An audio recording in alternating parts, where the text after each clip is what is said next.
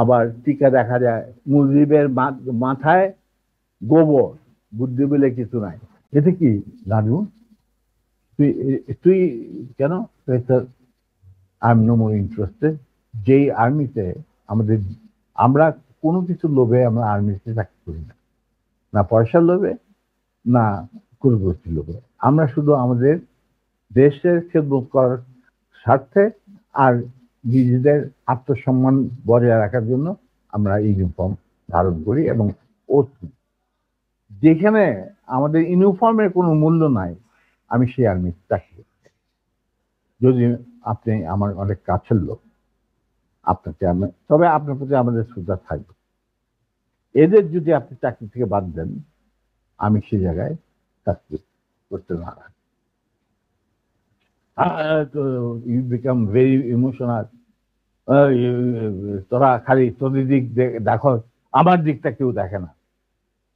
তখন উনি বলেন যে স্যার, আপনার দিক দেখা আপনি যথেষ্ট, আর অনেক লোক আছে, but this is my final decision.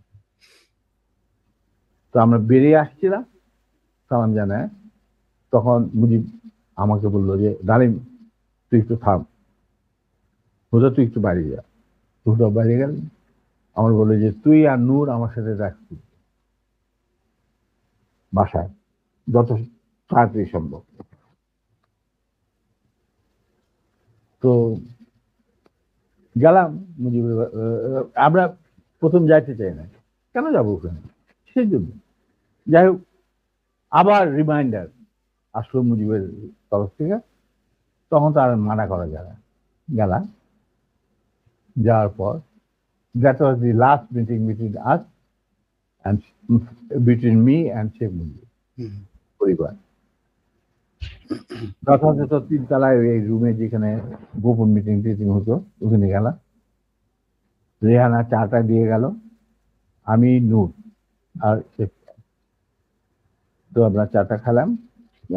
শেখা বলে, দেখো বাবা, তোরা শুধু তোদের সাইডটা দেখা, আমার সাইডটা দেখ, আমার তো পার্টি নিয়ে চলতে হয়, আমি তো একজন রাজনীতিবিদ, পার্টি বাদ দিয়ে তো আমি চলতে পারি না। আমি আমরা তো কোনো রাজনীতি ইনভলভ না। পার্টি কেন করে চালিত হয়, কিভাবে চলবে, সেটা এই সমস্ত ব্যাপারে আমাদের কোনো জ্ঞানই নেই। আপনার জ্ঞান আছে, আপনার জ্ঞান আপনার কাছে রাখেন, আমাদের কেন এই সমস্ত বলতে? বলে কি, না না, তুই তোরা তো আমার এই ডিসিশনে পার্টি চাপে আমাকে, আমি এই সিদ্ধান্ত নিতে হচ্ছে। হ্যাঁ স্যার, আপনি ভালোই সিদ্ধান্ত নিচ্ছেন, 65 জন অফিসারকে চাকরি বার করে দিলে কি অসুবিধা হবে, আর্মিতে তো হাজার হাজার অফিসার আছে। উনি বললে যে না না শোন, তোরা কি, তোদের জন্য আমি কি করতে পারি। তোরা যদি বিদেশে চাকরি করতে চাস, আমি তোদেরকে বিভিন্ন মিশনে পাঠাতে পারি, যেখানে যাদের ইচ্ছা। তোরা যদি ব্যবসা করতে চাস, তাহলে শেখ নাসেরের পার্টনার হয়ে ব্যবসা কর, মানে তার ছোট ভাইয়ের সাথে পার্টনার হয়ে ব্যবসা কর। আমরা বললাম যে, আমি বললাম চাচা, আপনি আমরা শ্রদ্ধা করি, এখনো শ্রদ্ধা করি, আপনি ভালো মনে করছেন, আপনি আমাদের চাকরি চ্যুত করছেন, আল্লাহ আল্লাহ খায় আল্লাহ। খাওয়া পড়ার জন্য আপনার ভাইয়ের সাথে মিলে ব্যবসা করতে হবে না আমাদের, আমরা ওইরকম পরিবার থেকে আসি নাই দুজনেই। এরা আল্লাহ চালাই নিবে, মালিক আল্লাহ, রিজিকের মালিক আল্লাহ। আর দ্বিতীয় কথা, বিদেশে চাকরি নেওয়া সেটাও সম্ভব না। আপনার সরকারের আন্ডারে আমরা আর চাকরি করতে পারবো না, কোনো ব্যাপার। যদি পারেন ইউনিফর্ম ফিরে দেন, তাহলে আবার আমরা চাকরি দেবো, তাহলে দরকার কিছু। কিন্তু যার আগে একটা কথা বলে দিচ্ছি, এই যে আপনার পার্টি পার্টি করতেছেন না, যারা আপনার কানে মধু ডালে সবসময়, যে বাংলাদেশ মানে মুজিবুর রহমান, বাংলাদেশের জনগণ মুজিবকে ভালোবাসে, মুজিব তাদেরকে ভালোবাসেন। আবার একই সাথে আপনি দেখেন যে টিকা গণভবনের দেওয়ালে যে মুজিব বলে, কম্বল তোরা গাদি, এতগুলি কম্বল এলো, আমার কম্বলটা কই, সেটাও বাংলিশ করে বাইরে পাঠাই হারামজাদা। তো এদের নিয়ে আপনার রাজনীতি করতে করেন। আবার টিকা দেখা যায় মুজিবের মাথায় গোবর, বুদ্ধি বলে কিছু নাই। আপনি আবার তুফাইল জিগান এই কথা জানলো কিভাবে জনগণ, তখন আবার তুফাইল কাজ এগুলি জলদি জলদি চাচা, এই যে চাচার দল আপনাদের ঘিরে রাখছে, আপনি জানেন না, আপনি আজকে 71-এর আগে যে মুজিব আপনি ছিলেন, সেই মুজিব আজকে আপনি না। আপনাকে জনগণ কতটা যে ঘৃণা করে, আপনি যে জনগণ কত দূরে চলে গেছেন। আমরা মাঠে ময়দানে কাজ করি, আমরা জানি দিন একদিন আসবে টাকা, আগে হোক পরে হোক, দিন একদিন আসবে যেদিন যখন গুলির বৃষ্টি শুরু হবে, সেই গুলিগুলো সব আপনি নিজেই ধারণ করতে হবে। আপনার চারিপাশে একজন লোককে খুঁজে দেবে। আসি, সালাম,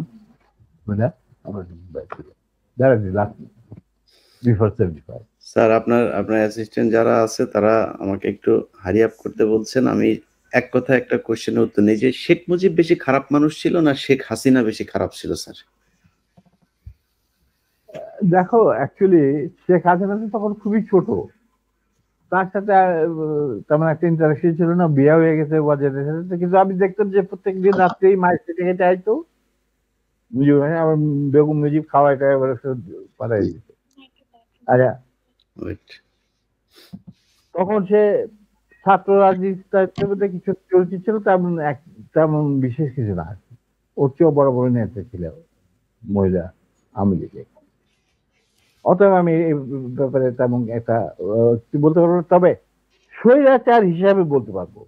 হ্যাঁ, আমি এটাই বলছি জি স্যার, এখনকার হাসিনার কথা বলছি জি স্যার। এখনকার হাসিনা ওয়াজ ফার মোর ভিশন এবং রক্ত পিপাসু দেন হার ফাদার। এটা বলতে আমার কোনো, মুজিব বীজ বপন করেছিল এক নায়ককে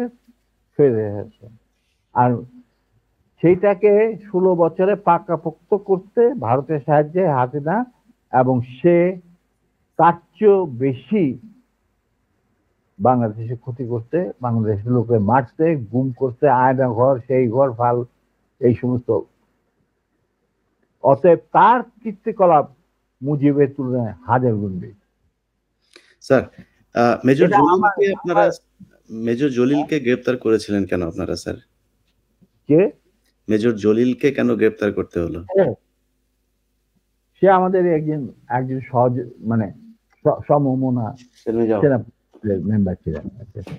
ওনাকে বন্দি করছিলেন, মূল কারণ ছিল ওই ভারত যে 16,000 কোটি টাকার জিনিসপত্র চুরি করে লুট করে নিয়ে গেছিল বাংলাদেশ থেকে, যেটা পারমিশন দিয়েছিল মুজিব সরকার, মানে তাজউদ্দিন সরকারের মুজিব সরকার।